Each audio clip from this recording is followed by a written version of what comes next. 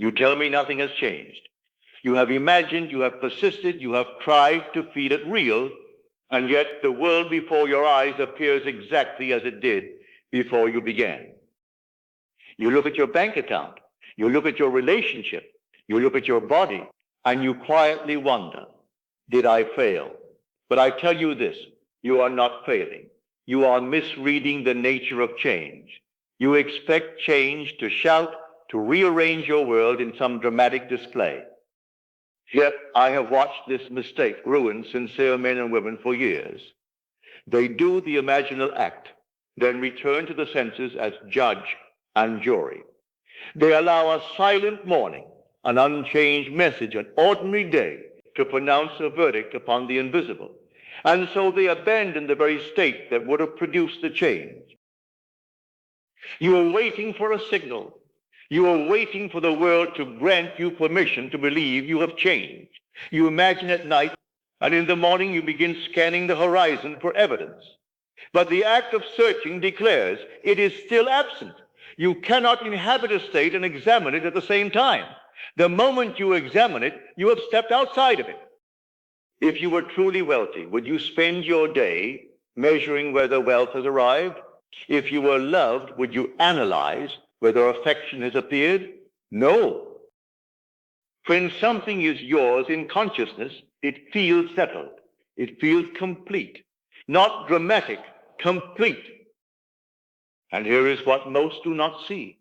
They will say, I believe, while their inner conversation says, I wonder if it is working.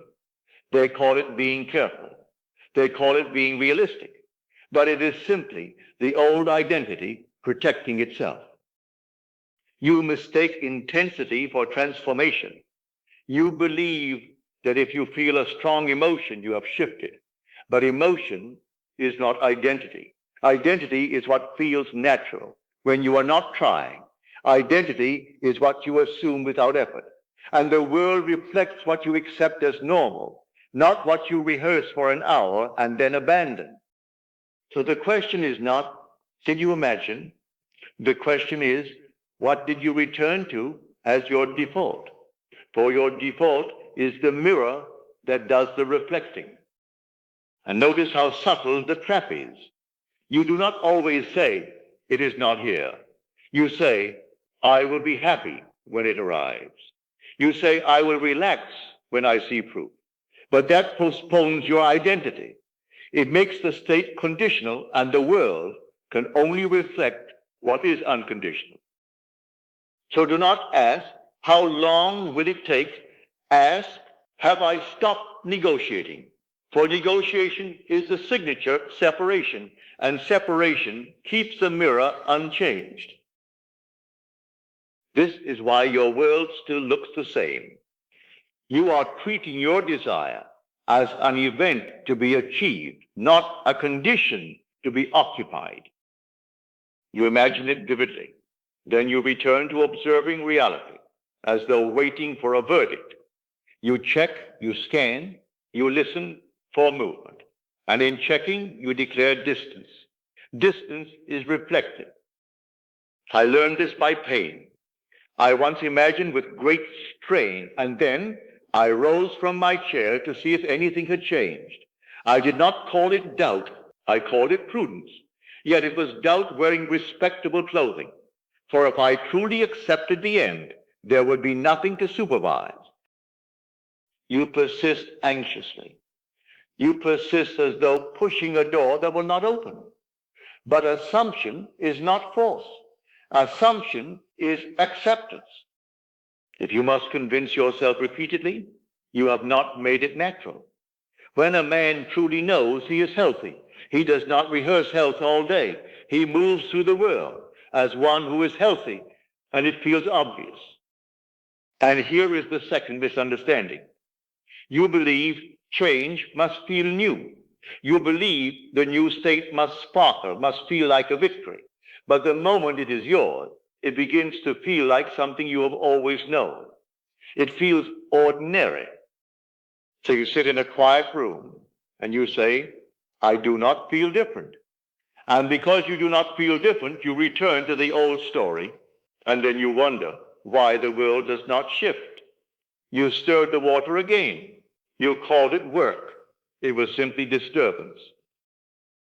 You must understand the senses are not evil. They are simply habitual.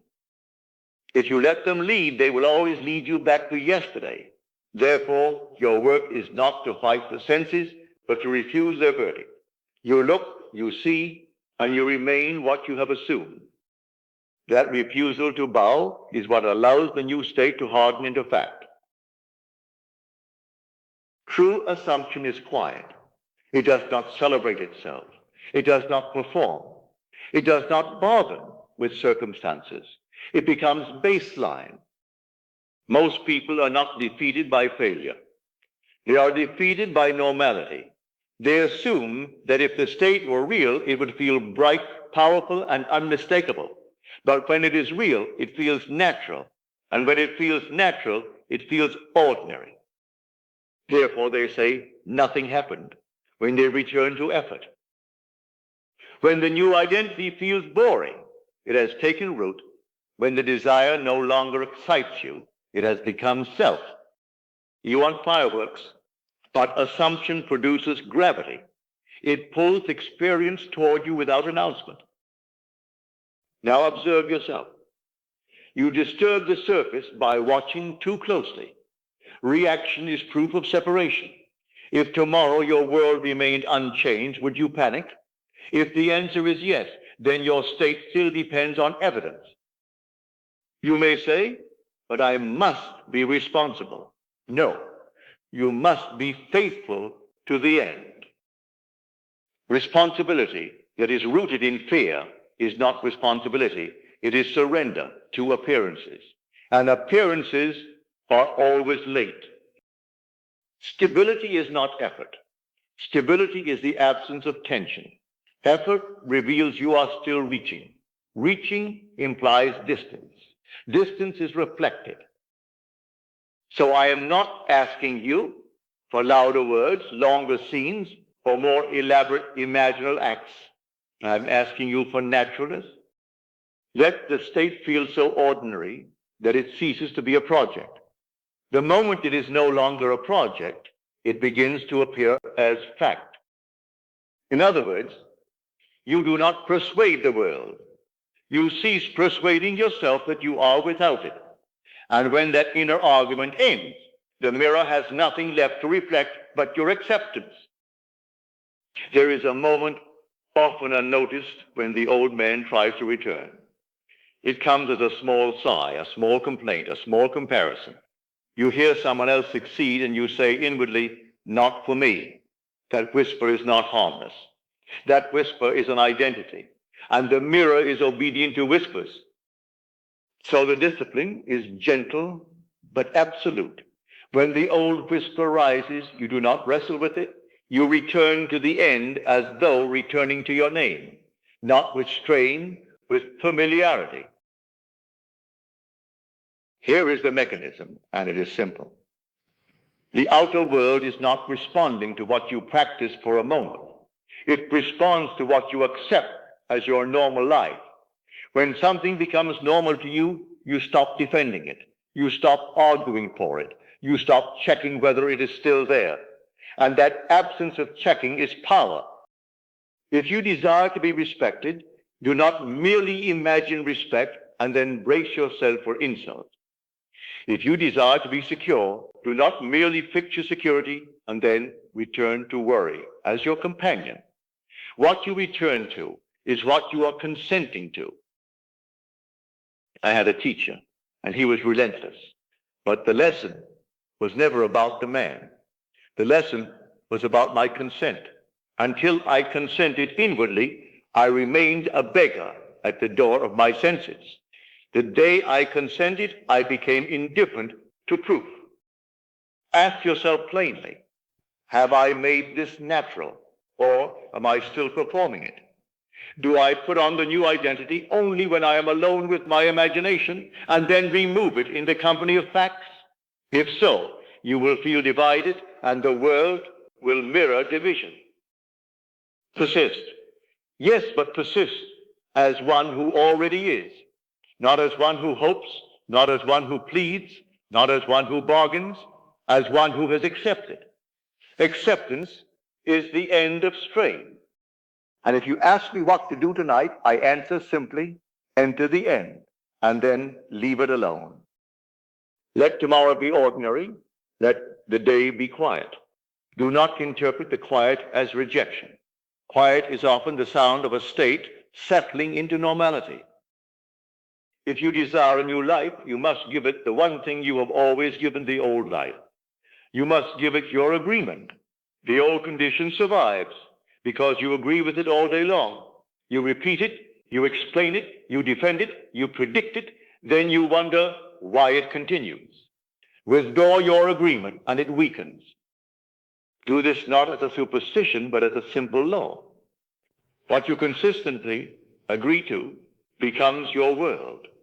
Therefore, agree to the end and let the mirror do what it always does.